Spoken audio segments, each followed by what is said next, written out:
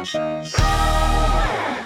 to Gatecrashers, a podcast dedicated to kicking open the door to your next favorite thing. Our mission, our creed, and our code is this: to make all things more approachable and accessible to everyone. We want you to find a universe that you're going to fall in love with. I'm Dan. My pronouns are he, him. I'm Jake, and I also use he, him pronouns. Now, in February, Image's biggest and best comic universe is going to be booming as the supermassive crossover hits shelves. This is a one-shot crossover between Radiant Black, Inferno Girl Red, and Rogue Sun, two of which are making their Image Comics debut. Rogue Sun will be out on February 16th, and Inferno Girl Red will be out later this year. So, now we're bringing you our biggest crossover episode yet, as we are joined by all three of the writers of Supermassive and editor Michael Busuttil. Michael Busuttil. Not Busuttil. You got to remember my incredibly intuitive memory device. Matt, I would put money on your incredibly intuitive mnemonic device being exactly what's confused. It's actually. I would also like to double down on that bet. My brain is just wicked smooth. Everything just kind of rolls off of it. So today's guests as well are Kyle Higgins, Ryan Parrott, and Matt Grom. Holy shit, this is a crowded house. How the hell are you? Yeah, good. Thank you so much for having us in said crowded house. Mm-hmm. I'm just glad I'm not the only one with a framed picture of Nightwing on their wall. That's Kyle. People can't see video. That is Kyle has one of those. I do have a framed picture of Nightwing on my office wall. That is very true. Graphic. That is true. So I don't know if anyone here knows about us, but we're known pretty well as hard-hitting journalists. We always open all of our interviews with kind of like a hook. Not a lot of people get it. So I hope you're ready. What's your favorite sandwich? Well, what's the context? No one's ever asked for context. Okay, no, Is it like if I had a choice of any sandwich ever? Is it like era specific? Is it region specific? Like what are my limitations? What is your comfort? Do I have to sandwich? drive versus walk? I'm more interested in what era, like what other era sandwiches are you eating? Only future 1880s sandwiches. Yeah. I have one. I know mine. Mine is the Capistrami at Capriotti's, which is in Vegas. And they have one out in LA.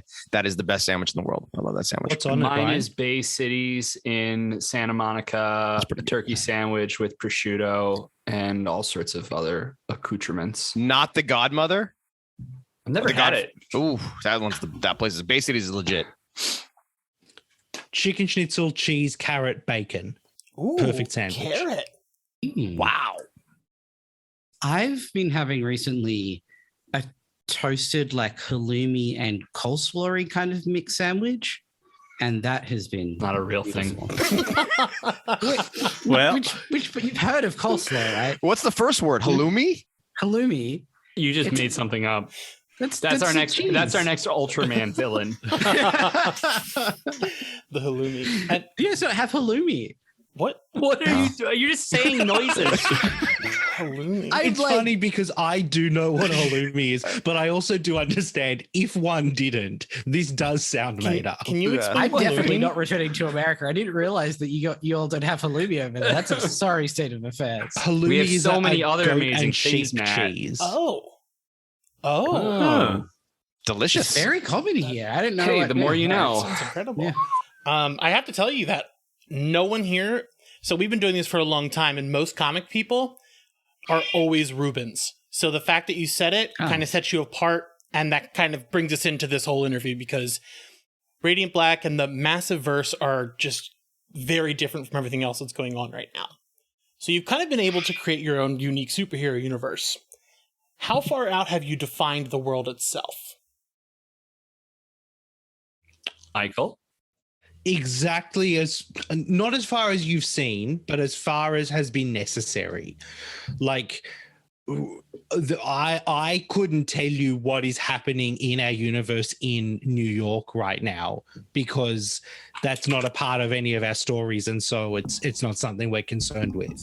But all the places that we need to know about, I know pretty well. And how? But also, it's like a little further than perhaps you might expect in Yes. both the dimensions of space and time. Interesting. How collaborative was this whole process? Like when you were starting to build this stuff out, was it like a group meeting? Like were you Zooming? I did all the work. No, I'm kidding. Just kidding. There he is. I'm totally kidding. No, but now I have to answer the question. It was very collaborative in the sense that I think we actually all wrote this together. Like in the sense that like it was, I've been in like writing rooms before where it's like it can be kind of tough and you feel like you're working on stuff for like weeks and nothing gets going. I think we did 2, maybe 3 Zooms. Was it even 3? Might have just been 2, right?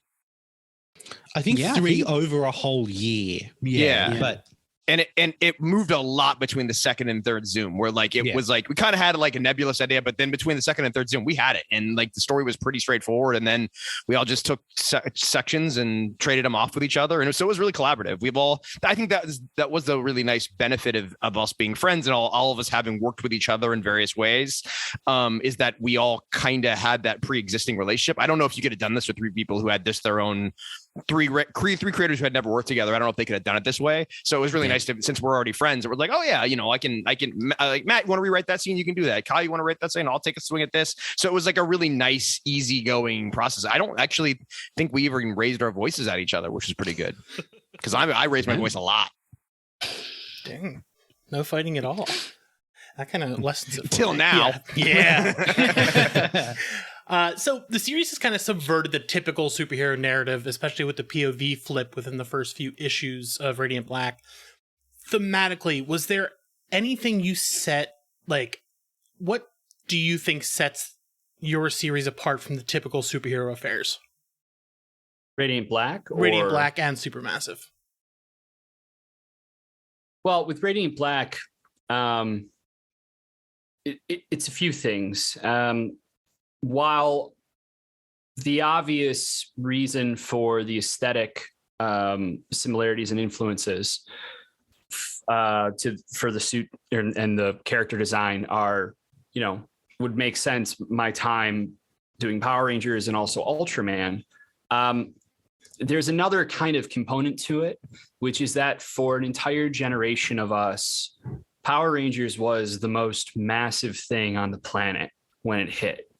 And it also, like, the generation that grew up on Power Rangers when they were like 7, 8 years old, 6 years old, 5 years old, in that space, is also the millennial generation now that a lot of the issues that I'm writing about is directly affecting. And so I do think there's something really quite elegant about the idea of using the Power Rangers visual aesthetic as a vehicle to tell a generational story. And that generational story is about the generation that grew up on Power Rangers. So through that lens, Michael, actually, what's the saying that you had? You said, I think you wrote it in an email once about the problems you can punch versus the problems you can't, because that is the core that I think all of our books, what unites all of them, is this strong emotional core that is rooted in the world that is very much outside your window. Even in the case of something like Rogue Sun, where there has been a Rogue Sun operating against villains and the like for many years now. I think you'll see like what high school looks like, what the world looks like in 2021 or 2022 is similar to something like Radiant Black, reflective of, a lot of what our world is. And so I'm stalling for Michael to come up with the perfect quote. Do you remember it? I don't remember. Well, I remember a thing, but it's like 12 sentences long, and so it's not pithy. It was basically, the idea was like Radiant Black it's as much about the problems you can punch as it is the problems that you can't, as well as the problems that get worse because you punch them, and the problems that punching. So I don't know what the other one would be. That was a strong beginning. You could, and I would say, but I would also say on top of that, there's a lot of things that we do that are in the spirit of taking really big swings. If you can tell a creator-owned superhero series in 2022 with brand new characters, like I feel there's a responsibility to really push the medium and to really try things.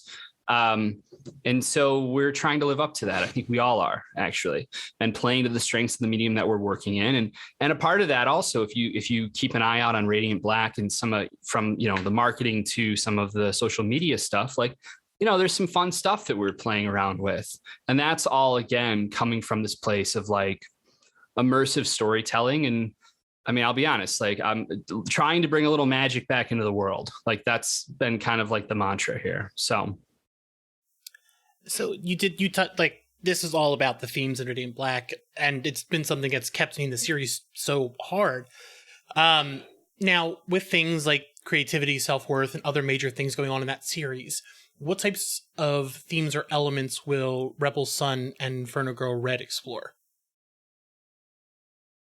Rogue Sun's it's a father-son story in a lot of weird ways. It's sort of that idea of like, what happens when you have to sort of follow in the footsteps of the person you hate the most in the world?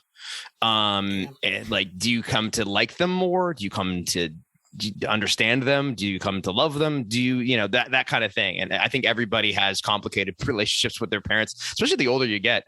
And so like, I've always liked to, I like almost everything I write's a father-son story in a weird way, even if it like the Power Rangers, like that's the stuff with Zordon and all of them all the time. And so like, I really liked those elements. And so that's the whole center of my story, is just about sort of that concept of, you know, what happens when you discover that your parents are not as great as you thought they were, and they've been sort of your exemplars. Like, how do you rail against that? Do you sort of embrace it? You know, that kind of stuff. So that's one of the things I like to play with. Yeah. Inferno Girl Red, I think, well, I guess in the same way that Radiant Black is very much about what is it to be a millennial now and exist as that in the current state of the world. Inferno Girl Red is what is it like to come of age and be a teenager in the world as it is now, because it is, you know, there's a lot of, you know, potential in the world, but also a lot of omnipresent darkness and like doubt and just scary stuff living on the horizon that can, really feel like it's crushing you down. And what does it mean to have hope in that sort of environment and try and imagine a future for yourself as someone who's, you know, going to be living for 70 years in a world that looks like it could end tomorrow? Like, how do you be like the light in the darkness in that environment? So that's sort of like the core of Inferno Girl Red. And then, of course, we're trying to thread in that boldness that you've seen in Radiant Black, of like, how do we take that emotional core, but then just go wild with it creatively, like take the biggest swings that only people who aren't working without corporate restrictions and that sort of oversight and that sort of like, you know, overly micromanaged, weaving everything together type stuff. How can we make that as resonant and explosively exciting as possible? With all these series kind of coming together in this big crossover event, was there anything you wanted to avoid that you see in the typical crossover event? Interesting. I don't know that ever came up on our end.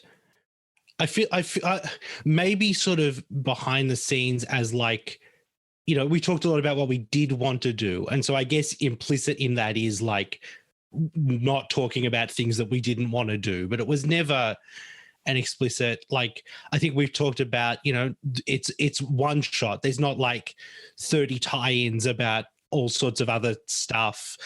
And that stuff can be fine and can be cool and can be good, but like, you know, this is a single story and it didn't need to be 1,200 pages long, I think was like a big driving factor for us. I don't know if there was anything else that we ever talked about. Would I be right in saying that?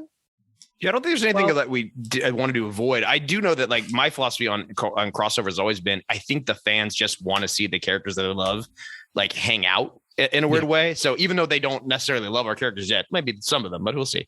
But I think it was just like I like downbeats more than as much as I like fights and exciting stuff like that. Like my favorite stuff in the books of crossovers I've read is always like the weird downbeats between the characters where they're talking about stuff that the like normal conversation. So I think one of the goals was to try and make sure we put some of that in here. Yeah, I would say we probably actually, to our benefit, we all started from a place that was already pretty far, I would say, advanced in terms of what the ideas we were even throwing out about what a crossover event could and should be. So we were all already kind of at like a 303, a 404, 500 level kind of course of like what ideas we think we want to mix. So in that, through that lens too, it meant like there were things that we don't care about. We don't want to necessarily spend time, like the story's more important than. So the tone and how these characters meet, and one of the hardest things, I think, Matt, you're the first person that said this. One of the hardest things about creating a new superhero in the 2020s is trying to sell the idea that people don't know what a superhero is. Like that's no longer, like superheroes are such a part of our popular culture in the world. And so then it becomes like in Radiant Black, the Marvel comics, DC comics, and the cinematic universes exist. I mean, we reference them. And so the idea of everyone at the very least knows what a superhero is. And then on top of that, you add in that, well, yes, technically, like there have been superheroes in this universe of Radiant Black longer because Rogue Sun has been here as well. And so all that stuff, it's like you hit it and you establish it and you get through it, but you use it to have fun, because that's why you're in the event. Like that's what we're here for.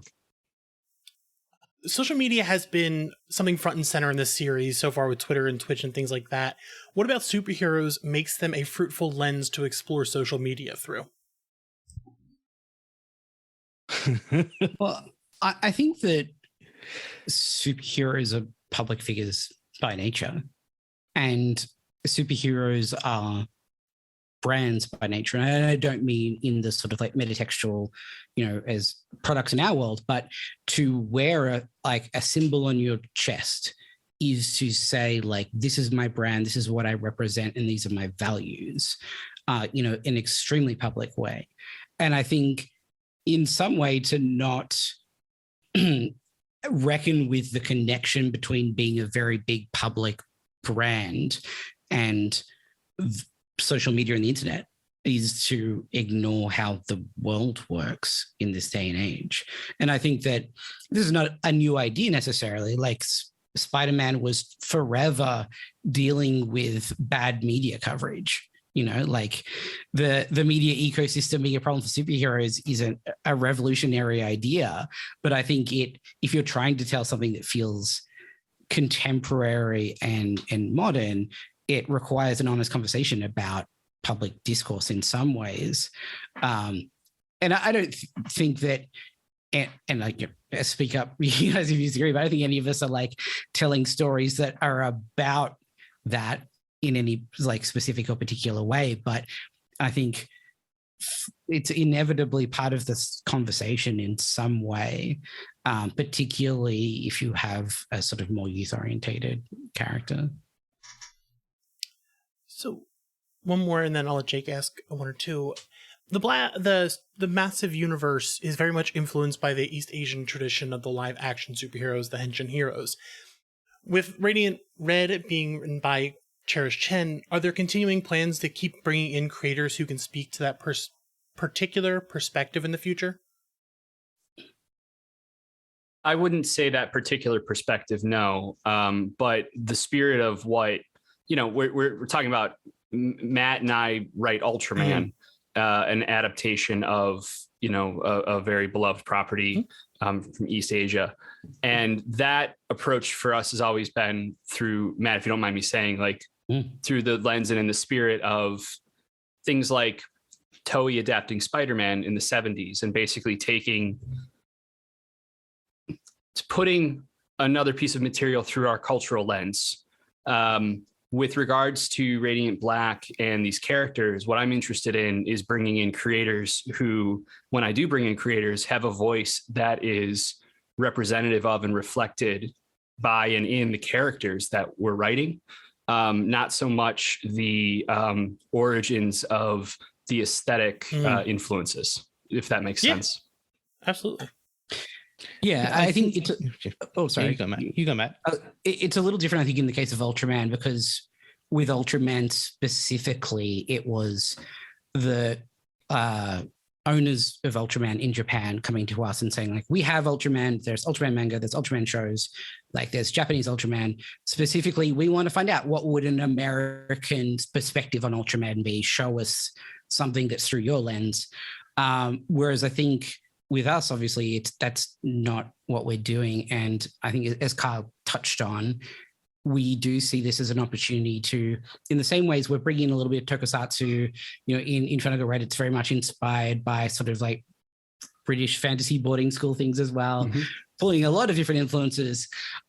We see opportunities for bringing in lots of different people from lots of different backgrounds and having that reflected and feel authentic in our world. Yeah, I think that was basically what I was going to say, is to the degree that we are expanding the world beyond us and like, people like Cherish or Megan or other people that maybe people don't know about yet, it is always forefront in my mind of like, whoever they are, whatever boxes they fall into or don't fall into, I'm interested in perspectives that are different to ours for any number of different reasons. Like I would like all sorts of different people to get a chance to play in our world at some point. Nice. All right. Well, with Inferno Girl Red having been a Kickstarter project, what was that process like for you? And is this something you've considered doing again to expand the universe? I mean, I can't speak for anybody else in terms of doing it again. It was amazing. It was a tremendous amount of work. It was a full-time job on top of my full-time job on top of my comics work.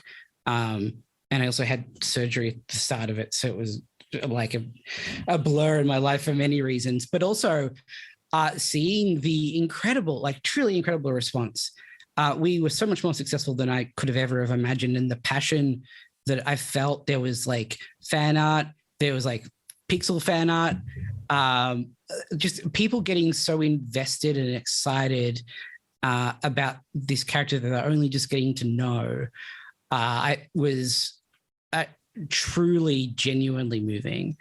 So as much work as it was, I would definitely consider you going down that path in the future, particularly because the reason we did it was that we wanted to do Inferno Girl Red in a slightly different way, which is to do a graphic novel. So it didn't have to be formatted in the standard comics way of sort of set up cliffhanger every 20 pages. We wanted something that could feel like a novel when it was handed to you, which is very hard to get funding for in the world of comics for like very reasonable financial and logistical reasons. But we felt strongly that the community would respond to this. And if we took it to the people, that they would be excited and help us get there, and they did. So it was amazing, and I would absolutely consider doing it again. Okay, so first I gotta ask, does everyone know what a Rube Goldberg machine is? Yes. I looked it up, yeah. Okay.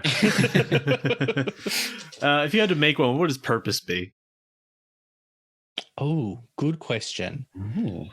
If I could have one that could like answer emails for me, I don't quite know how it would do that, but I'm just thinking about what the most like useful thing to me would be, and right now that would be answering emails for me.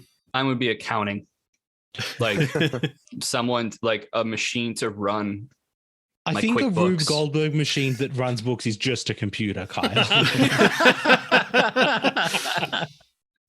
But could it do it without me having to type it? No, probably not. Yeah, okay. Yeah, then I want the Rube Goldberg machine.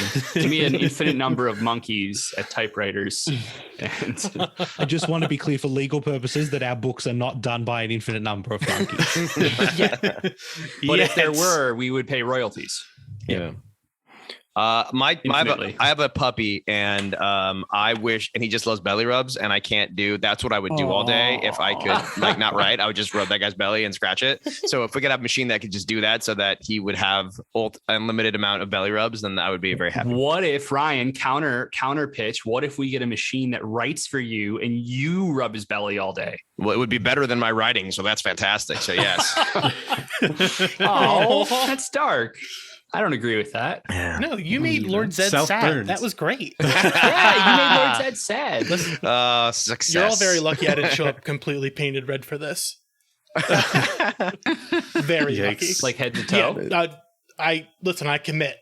Completely naked, all red, tinfoil wrapped around me. It would be a nice exposed. Yeah. I think the amount of commitment that we require for an all audio podcast would be pretty impressive. So, I'm wearing a full volleyball outfit next week for some anime that we're covering for a podcast. I commit to the bit. Commit it. Yeah. So Supermassive is out in February. And then we'll make sure we'll post about it so you can check it out. This is incredible. I'm so excited. I'm very excited to see these new characters. Very excited to see Inferno Girl Red finally after the Kickstarter. Is there any other projects you want to plug that people should be checking out from you? Oh gosh, everybody is so busy that I watched them all freeze and be like, how do I cover all of the stuff that we are doing? Radiant Black is ongoing. Kyle's also working on Ordinary Gods, which is about to kick into volume 2. We're going bigger, we're going wilder. It's going to be a lot of fun. Matt and Kyle are working on... Are you working on Ultraman? Is there Ultraman coming? Is that the situation? Yeah, the Mystery of Ultra 7. Sorry, the brother of... the Mystery of Ultra 7. No, the Mystery of Ultra 7. Yeah, is the next miniseries coming this year from Marvel? Matt's just been announced as he's going to be writing Power Rangers. Mighty Morphin. Oh, sorry. Writing a Power Rangers book called Mighty Morphin. Yes. Are the Power Rangers in it? Hell yeah. Yes. Some of them. Some of them. And Rogue Sun comes out the week after Supermassive. That's from Ryan. It's an ongoing, so we appreciate your support. It's not the guy from Supermassive, which is fun and cool in exciting new ways. And he's also writing the Power Rangers book called Power Rangers, which has the rest of the Power Rangers in it. Are Mighty Morphin in it? No. Some. Okay. Some, yes. Okay. Is that everything? I think so. I mean, I have a million other things that we can't talk about yet. Yeah, there's lots of things we can't talk about. Is that everything that's been announced? Yeah. Sure. Yeah.